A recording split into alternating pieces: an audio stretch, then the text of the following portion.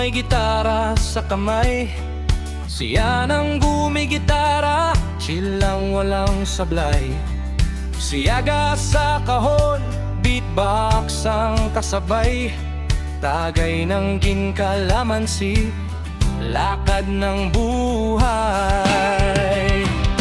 May tumatawa, may umiyak, may tulog na pero may umaawit pa rin ng malakas. Walang problema kahit may drama, basta magkakasama. Ayos na! O tambay sa kubo, gabi-gabi tong kwento.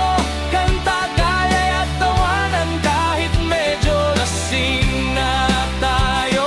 May sumusuka sa likod, may nag-e-emote sa gilid, pero sa dulo ng gabi, tropa pa rin ang solid.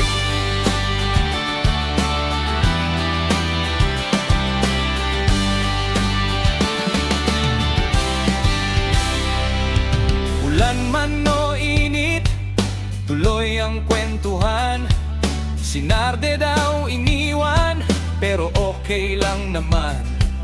Tahimik si Puyat, baka tulog lang yan. Habang si Rex sumisigaw, isa pa kantahan.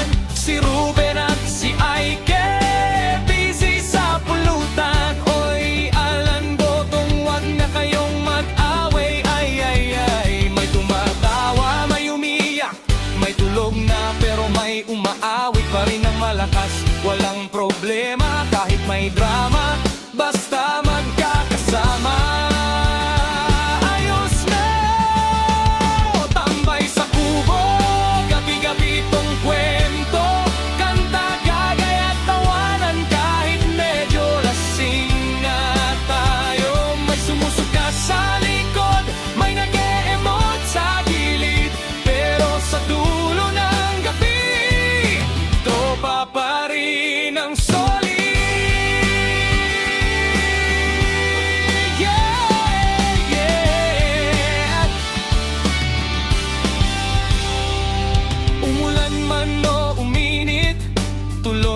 Kwentuhan, si Bilog at si Macdo, hinanap na ni Blue dyan at may dalang pamalo.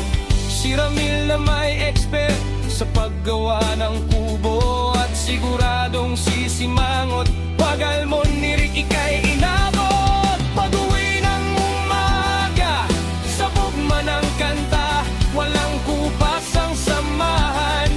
Yan ang mahalaga. Kahit saan mapunta, dala pa rin ang tawa. Sa kubo nagsimula, kwentong walang hangganan. O tambay sa kubo, simpleng gabi pero buo. Gitara, beatbox at ginkalamansi, tropa saludo. May sumusuka sa likod, may nagdadrama sa gilid, pero sa puso natin lahat, solid pa rin ang kapaligid. Yeah, tambay sa kubo.